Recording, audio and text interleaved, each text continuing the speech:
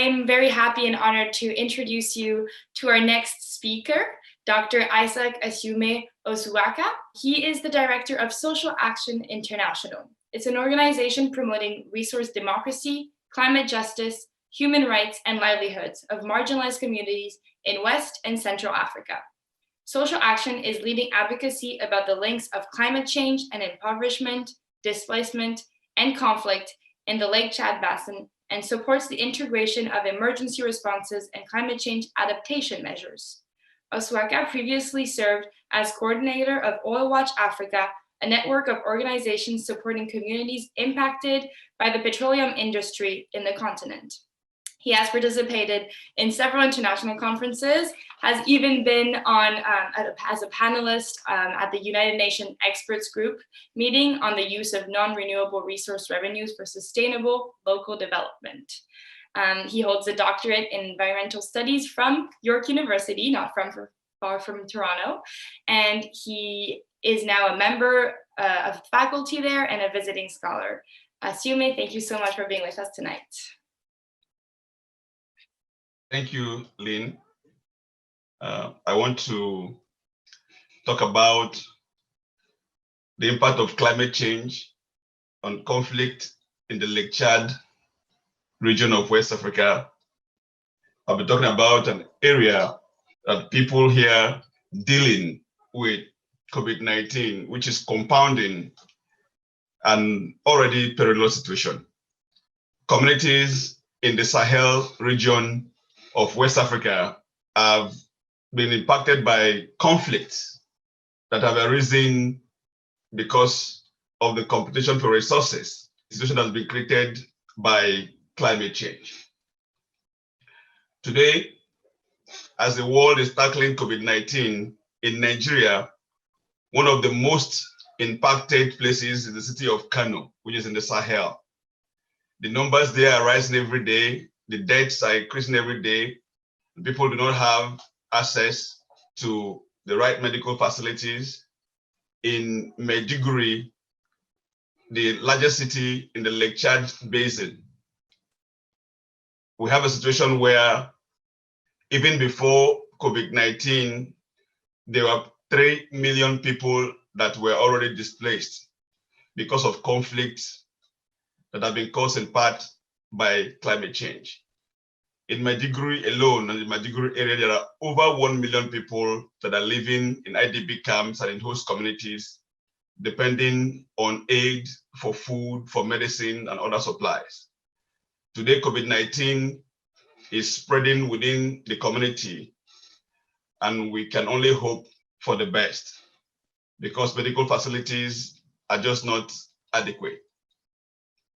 We see that climate change is causing conflicts over scarce resources. And I'm going to be speaking about the Boko Haram conflict in a short while. What many don't know is that the Boko Haram conflict is caused in part by climate change. There were underlying conditions, ecological conditions, that created impoverishment and displacement even before the Boko Haram conflict. And it is because of these conditions that it made Boko Haram to emerge. Many consider conflict like the Boko Haram conflict as something that is happening far away in Africa. For those in North America, in Canada, what people don't recognize is that climate change and climate change impact have been created by the lifestyle of people in the global north. European and North American emissions have had impact on the Sahel region for a long time. Studies have shown that the droughts of the 1970s and 1980s have been caused by emissions of greenhouse gases and aerosols in North America and Europe. The release of aerosols in the Northern Hemisphere from the 1960s up to the 1980s resulted in atmospheric cooling there and the shifting of the tropical rain bound southwards, which caused severe droughts in the Sahel. because of the hunger in the area from the 1970s and 1980s, international development agencies, including the World Bank, encouraged African countries to build large-scale irrigation projects, dams and irrigation projects. The impact of this project was that even the scarce land was taken away from farming communities to make way for irrigation projects. And irrigation projects spurred land grabbing among the political military elite to the exclusion of poor farmers. And many of those that were pushed away from their farmlands to make way for the dams and irrigation projects ended up in the major cities, in the slums of the major cities. Some of the crises that we're seeing, the urban crisis, like the Boko Haram crisis in the Lake Chad Basin, have been caused by the children and the grandchildren of those that were displaced by the 1970s and 1980s dams and irrigation projects. Now, we also see that because of climate change, communities that have traditionally moved their cattle to the south, from the Sahel region to the south, after harvest periods to feed on crops, residues, and to fertilize the land, are moving to the south more and more, even during the farming season, because of the ecological pressures created by climate change. And when pastoralists move and encounter farming communities, cattle sometimes destroy crops. And this reality creates anger and conflict between farming communities and pastoralists. And this conflict has resulted in wars in several communities all over West Africa. Nigeria is a very bad case where thousands of people have been killed, whole communities have been destroyed, people massacred because of those conflicts. In Mali, we're seeing similar situations in countries like Burkina Faso, even in Ghana, where there have been records of such conflicts. And the reality is that with climate change continuing, that if action is not taken to have proper adaptation measures, that this conflict will continue.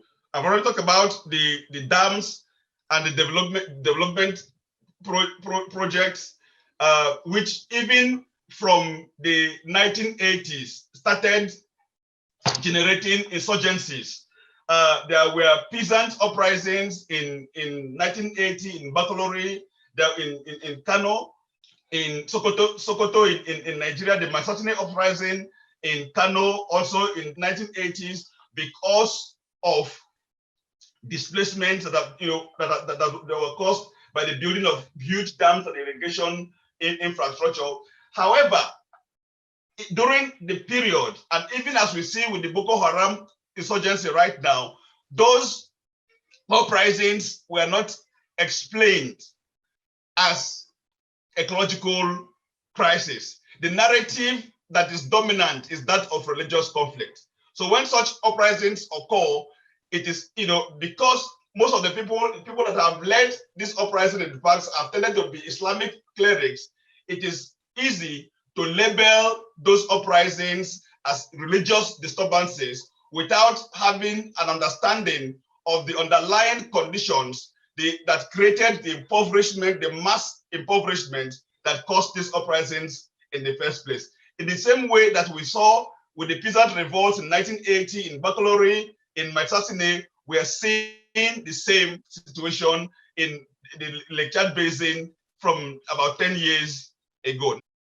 So this is an area that is one of the most impacted in the world, an ongoing impact of climate change. Even as a Nigerian living in the South, we had no idea of the enormous impact of climate change in the Sahel area and in the Lake Chad region in particular. But what we have seen now is that from the 1960s to now, about 90% of the Lake Chad was lost. And the Lake Chad Basin used to be one of the most important freshwater sources, particularly in the semi-arid region. The waters of the Lake Chad was used by fishermen from Chad, from Niger Republic, from Cameroon, and Nigeria. And it is estimated that about 20 million people depended on their livelihoods from the Lake Chad Basin as traders, or even people that engage in agriculture in the floodplains of the Lake Chad Basin. But now the Lake Chad is almost completely dried up, and that has had severe impacts on livelihood. It is the situation of unemployment, mass impoverishment in that area as a result of the ecological changes caused by climate change that created the conditions for the Boko Haram conflict. Because you have a lot of young men in particular who are disillusioned, who are frustrated because of lack of livelihood, because of lack of employment. And these people are easily recruited by Islamists, using the kind of ideology that they know to preach against the government. And what has happened is that the crisis, the Boko Haram crisis, the war and insurgency has resulted in the killing of over 20,000 people during the past 10 years and the displacement of over 3 million people. In fact, in the Lake Chad Basin area, in the 4 countries, there are about 7 million people that are dependent on aid or need some form of assistance or the other for survival. And what we're having is that the COVID-19 situation is compounding an already bad situation. Communities that have been completely destroyed. Apart from Maiduguri's town, almost the whole of Borno State have been destroyed by Boko Haram insurgents. There are millions of children that are in danger of starvation. And because of climate change and conflicts related to climate change, and the COVID-19 situation compounds their situation. And what I have not mentioned enough is the impact on women. You may have heard about the Chibok girls that have been abducted by the Boko Haram insurgents, the Dapchi girls. Beyond the Chibok girls, there are thousands of girls that have been abducted and forced into sex slavery, forced marriages. Women have been raped. Hundreds of thousands of women have been widowed because of the conflicts, and they're living in refugee camps. And we have a situation where there's an urgent need. There's an urgent need to respond not only to the immediate humanitarian needs of the people, but the responses. We have to understand that while the people have immediate need for food, immediate need for medicine, immediate need for shelter, it is also important to address the underlying ecological conditions that created the impoverishment and conflict in the area in the first place. And that is where climate change adaptation becomes key.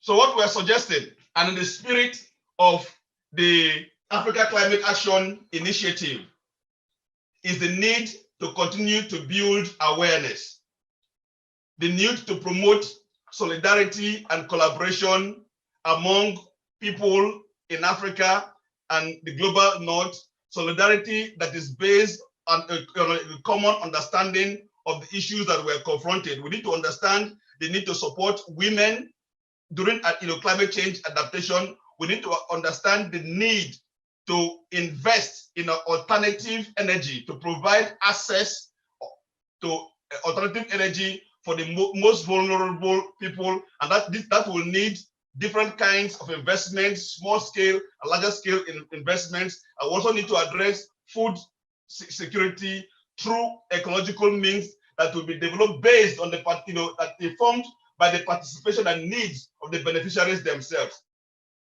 Thank you for allowing me to participate in this.